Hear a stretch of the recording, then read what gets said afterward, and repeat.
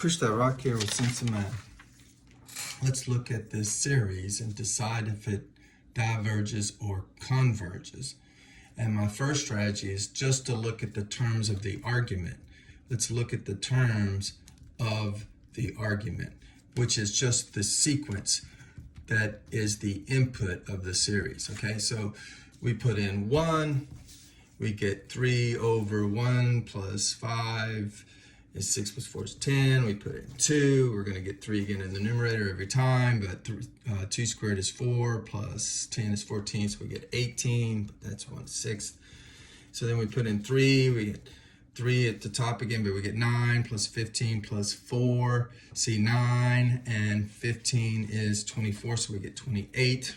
If I put in 4, well, then I get 3 over 16 plus 20 is 36 plus 4 is 40, and so forth and so on. I do see that these are definitely headed towards 0, right?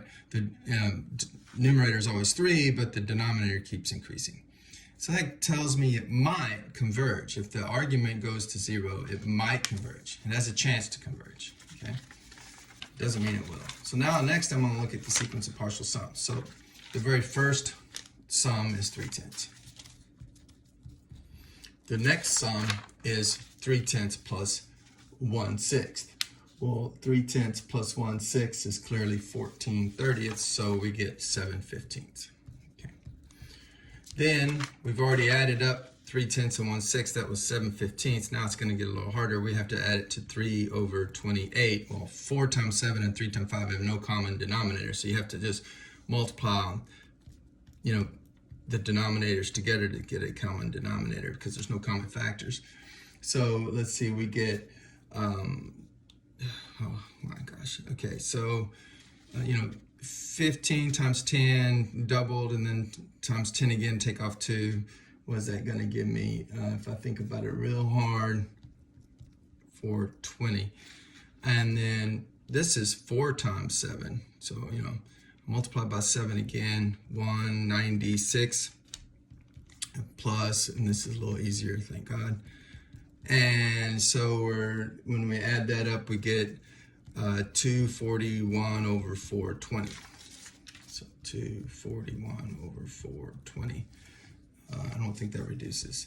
And now I have to add, we've added up the first 3 terms and got that number, 241 over 420, and now I have to add in 3 over, okay, starting to get a little crazy, but, it just doesn't take that many terms, and you can start to see maybe, start to suspect something. So let's get a common denominator of 840.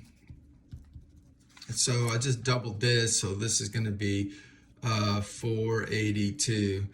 But I multiplied this by 21 to get 840, so that's going to be 63. So I add that up, I'm going to get, there's a 5 on the end, the 6 and the 8 make 14, carry 1, 545 over 840. That's obviously reducible by 5. Oh my gosh, so what is that? 109 over, divide 840, 168, and so forth and so on. Okay, now the question is, does this sequence have a dance partner? Does it have a limit as we go more and more terms? Is it going to get arbitrarily close to some number out there? And of course we can't tell yet. But just think about it. This is 0.3. This is basically a half, right? 7/14 would be a half. It's a little under a half. I don't know, what it is, but just barely under a half is a rough approximation. See. 210 over 420 would be a half. So this is a little bigger than a half, so I don't know what it is, but a little bigger than a half. Now a half would have been 84 over 168. So we're even more bigger than a half, not more bigger. Oh my gosh. Okay, that's terrible, but you get my drift. I don't know what it is. Okay, but notice that the increase each time is less. Oh, that's right, because we were getting closer to 0. I don't know. What do you feel like? Does it have a chance to converge? Well, yeah, I think it does have a chance. So what are we going to do? It's not like it's a geometric. It's not a geometric. It's not like we can obviously quickly use Gauss's trick to find the thing. So Well, here's what we're going to do. Oh, this is coming in too early. I am missing a slide. I'm definitely missing a slide. Okay, so I'll introduce it here. So what we have is our argument is 3 over, I've already forgotten it. That's how, see now I'm getting n squared plus 5n plus 4. So we're going to factor the bottom, n plus 1 times n plus 4. And then I'm going to use that partial fraction trick. You know, I'm going to break this up into 2 fractions. And I don't know what the numerators would be, so I put unknowns for the numerators. And then we solve. And so the trick is to multiply by the common denominator, but you have to multiply every term by the common denominator so that you're not changing the value of the equation. Okay, so here that goes, here that goes, here they both go, which is why we use the common denominator. And we get an plus 4a plus bn plus b. Now I'm going to grab these two n's and put them together, factor out the n, and get a plus b as a factor on n, and then I have plus 4a plus b, and then over here I'm going to see this as a line, 0n plus b, so the slopes must be equal, so a plus b must equal 0, so that means that a and b are opposites of one another. And then over here, 4a plus b must be 3. Now, if a and b are opposites of one another, I can put a negative b right there, so I have a negative 4b plus b, that's a negative 3b equals 3, so b is equal to a negative 1, but if b is equal to a negative 1, then a is equal to a positive 1. That means I can rewrite this argument 3 over n squared plus 5n plus 4 can be rewritten as a, which was 1 over n plus 1, minus this b, because it's negative, I put a minus, 1 over n plus 4. So these are one and the same expression. So, sideways paper time. I have rewritten my, let me make sure the video is still coming clear. Yeah, I'll just have to slide the paper around. Time to get out the sideways paper. I have rewritten the argument as this difference of 2 algebraic fractions because it's equivalent to the argument given. And now I'm going to just start putting in the values of the variables. So I put in 1, so 1 over 1 plus 1 is a half, and then I put in 1 over here, and 1 over 1 plus 4 is a fifth. And I realized that when I put in 2, this is going to go up by 1, and this one's going to go up by 1. So this 1/2 becomes 1/3, and this 1/5 becomes 1/6, and so forth and so on. The 1/3 will become 1/4, and the 1/6 will become 1/7, 1/4 will become 1/5, and 1/7 will become 1/8, and I see the pattern. Okay, so I take off like that, and then I start looking, and I see this concept here that I'm about to demonstrate is called telescoping.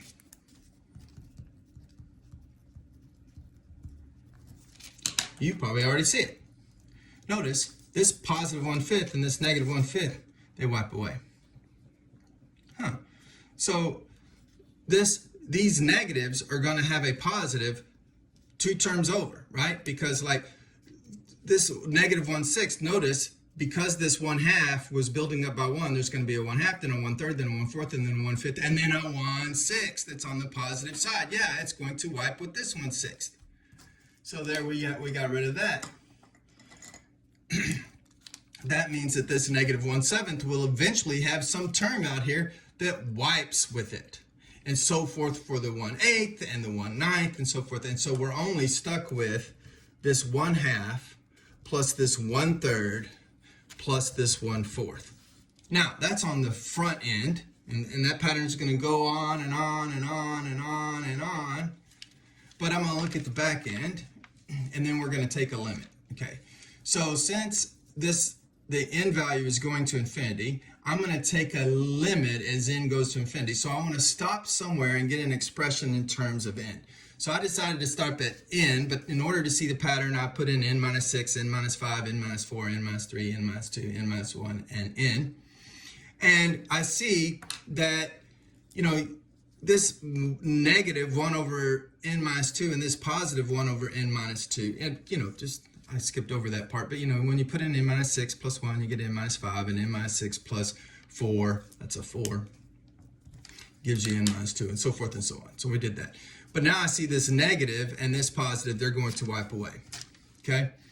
And then that's that pattern. We said that this negative 2 terms over would have a positive. So this negative 2 terms over will have a positive. So 1, 2, here's a, see what, this negative, I went 1, 2 terms over, there's a positive guy to wipe with it. So this negative, if I go 1, 2 terms over, here's a positive guy to wipe with it. So this negative, go 1, 2 terms over, there's a positive guy to wipe with it.